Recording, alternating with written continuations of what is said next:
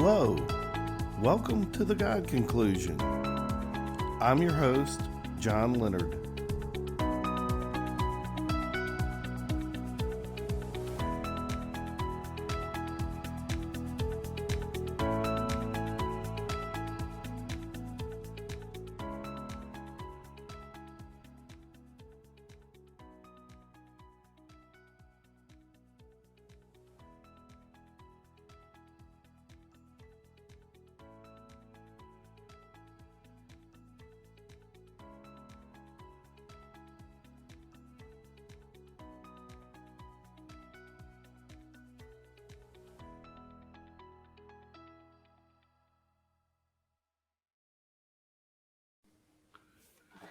All right. Welcome, listeners. Today on the God Conclusion podcast, we have an awesome guest, Matthew Botsford. And normally I hand the mic over to the guest almost immediately so they can begin speaking. But this isn't going to be an adversarial conversation like some of the earlier interviews have been. And so I'd like to tell a little bit about Matthew's story before he starts to speak. I first discovered Matthew from a television program called I Survived Beyond and Back. And to be brutally honest, his story was by far the most interesting episode that I ever saw on that program.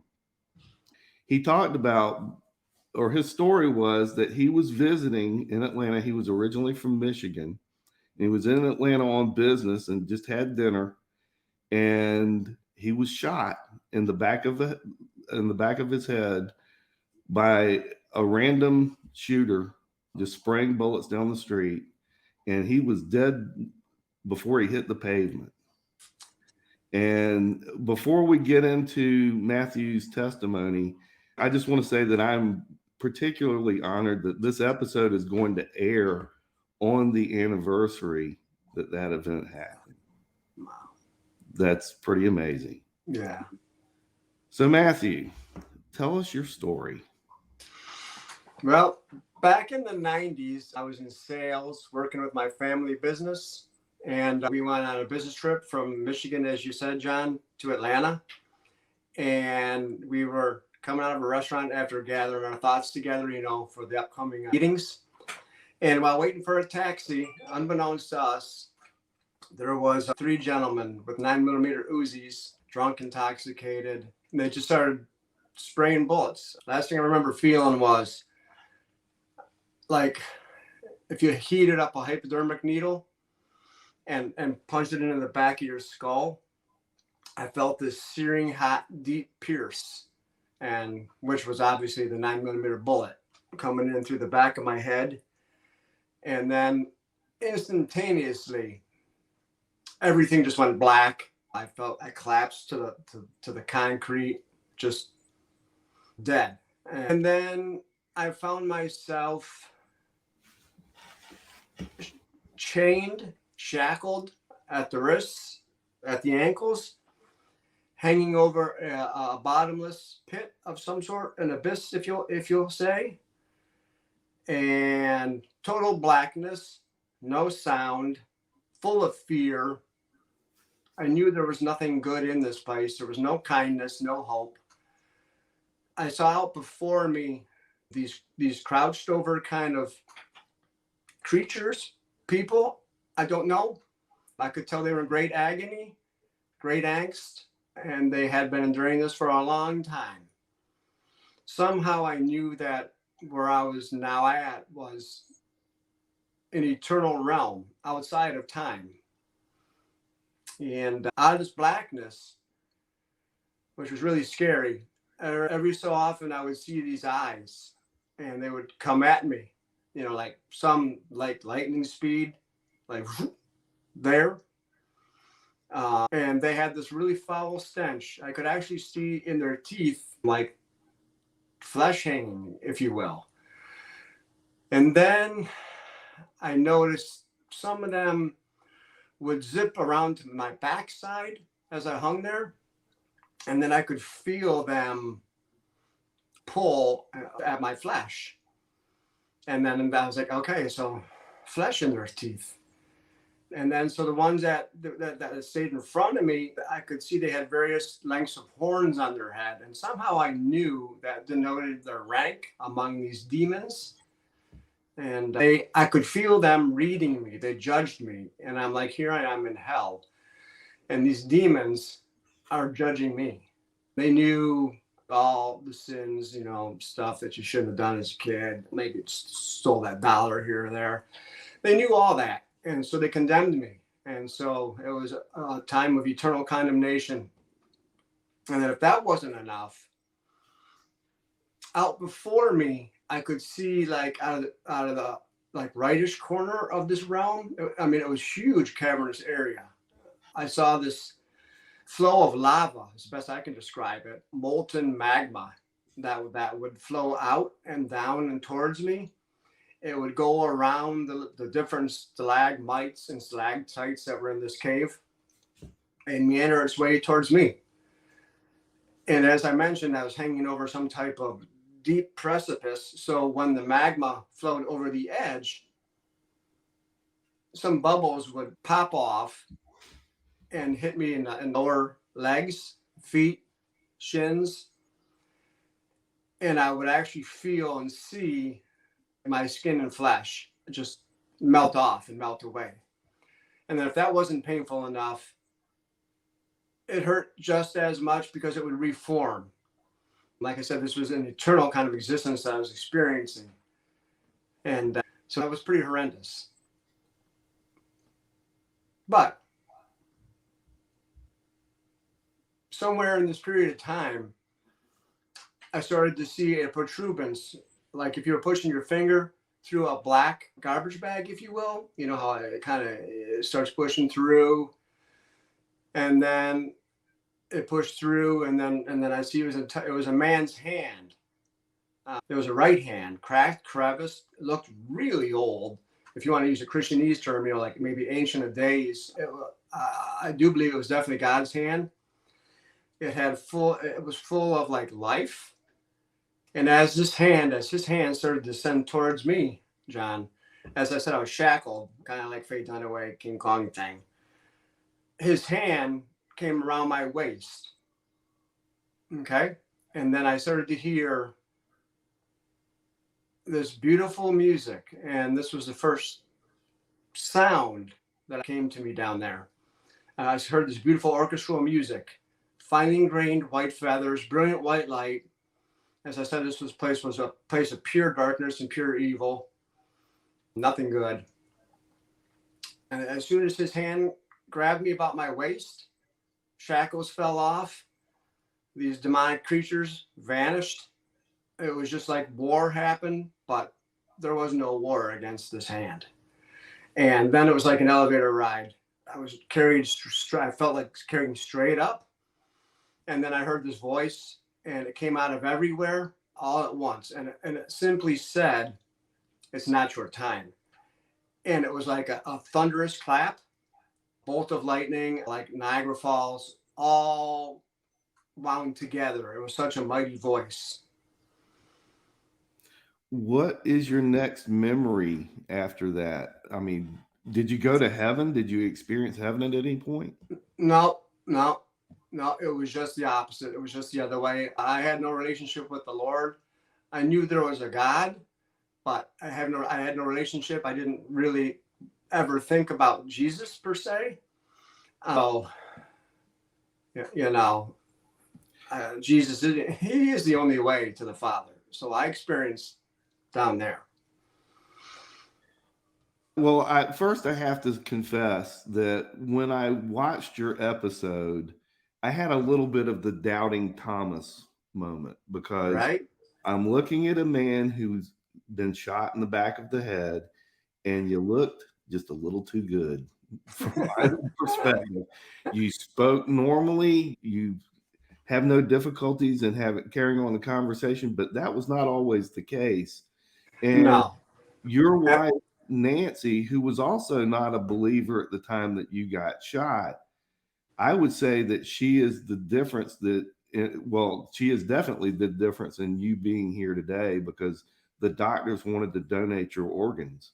You got that right, John. Yeah, she's the only reason why I'm here for many reasons. What you just said, and also the fact that it was her prayer to the Lord that I think enabled God to do what he did. Because she came by my bedside and just said, you know what, no matter how he is, wheelchair, institution or not, paralyzed or not, I'm going to stay with him for the rest of my life.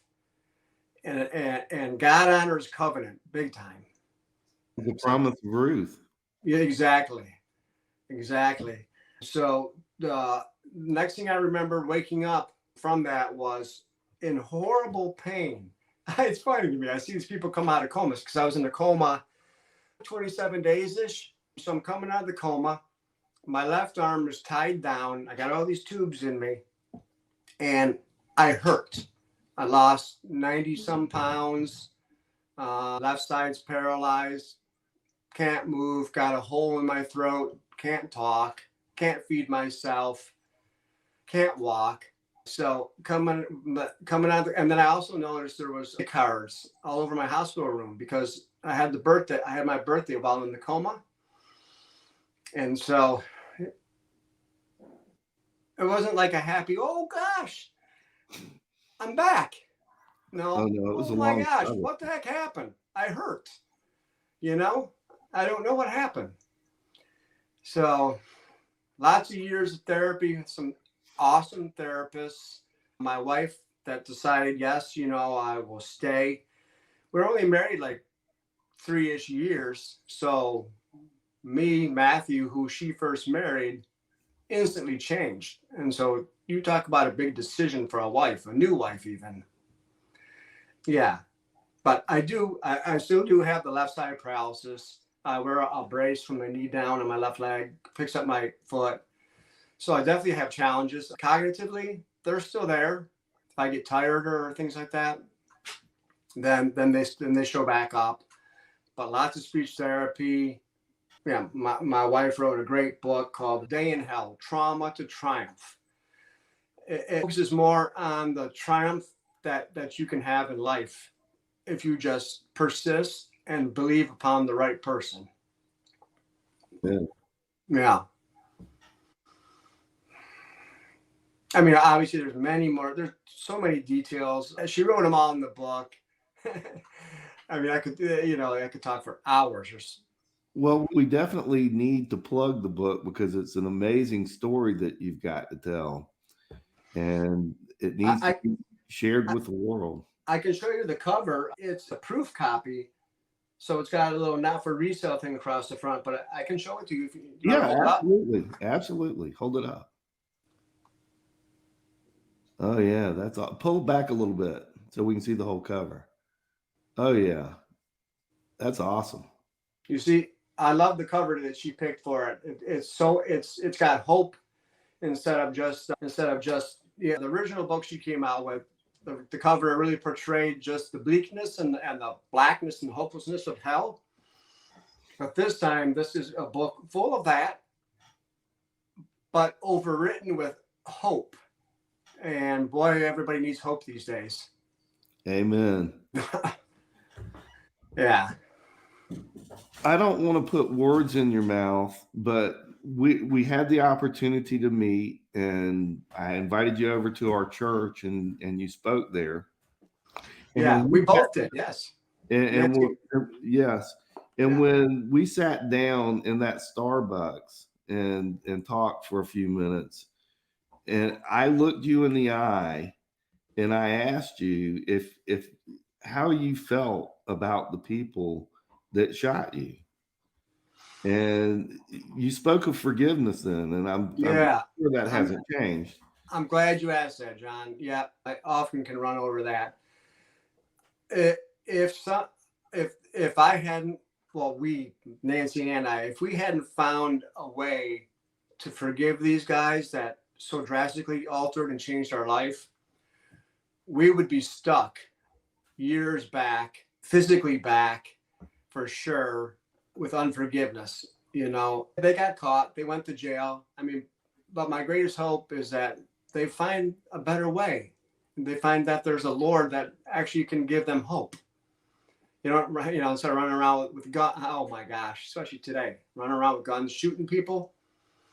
Guns can't do anything unless somebody pulls that trigger. So, Amen. no. A gun is just a tool. Yeah. If somebody wants to kill, they'll get a knife or they'll use a car. They'll find a way. It's the desire that's evil, not the weapon. Well, I think what allowed us to really forgive these guys for real, deep down, was when we got the understanding that, well, we're all God's kids. I'm not saying we're all saved God's kids, but He made everybody. He made every single person on this earth. He made in His likeness and in His image. Now, some choose to follow a different path, which leads to death, destruction, as these gentlemen did to us, to me. Following after the wrong guy, basically speaking. And the other thing that I asked you when we spoke that day was, while I was looking you right in the eye, was I said, you were the quintessential innocent bystander. You were standing there minding your own business. You weren't necessarily a Christian at the time, but you weren't an evil person. You hadn't committed murder. You weren't a thief. You were a businessman. Yeah. On business, just trying to mind your own business, and you get shot. And in 1 second, you go from alive and vibrant to basically a candidate for a body bag. Yeah, dead in a hanging corpse, right? Yeah, young and good shape. Yeah, I don't have organ donor on my license anymore. I'm sorry. No, I'm sure they're still good, but you still. I'm sure they are. Absolutely. You still have good use for them. Yeah. Oh, what a remarkable story. Yeah. Well, I so appreciate you, John. I'm so glad you reached out, and it just blows my mind that the airing date is the 22nd, which is the anniversary of this whole event. That's crazy. It's divine intervention. It is. It is. Well, thank you so much for your time in this call, and I look forward to speaking with you again sometime soon when I'm down your way. We will, John. You have an open invitation. All right, my friend. Take care. Thanks, John. Bye-bye. Bye. Thank you for listening to The God Conclusion. If you like this episode, please consider subscribing to this channel. Join us again next week as we continue to seek truth. Quid est veritas.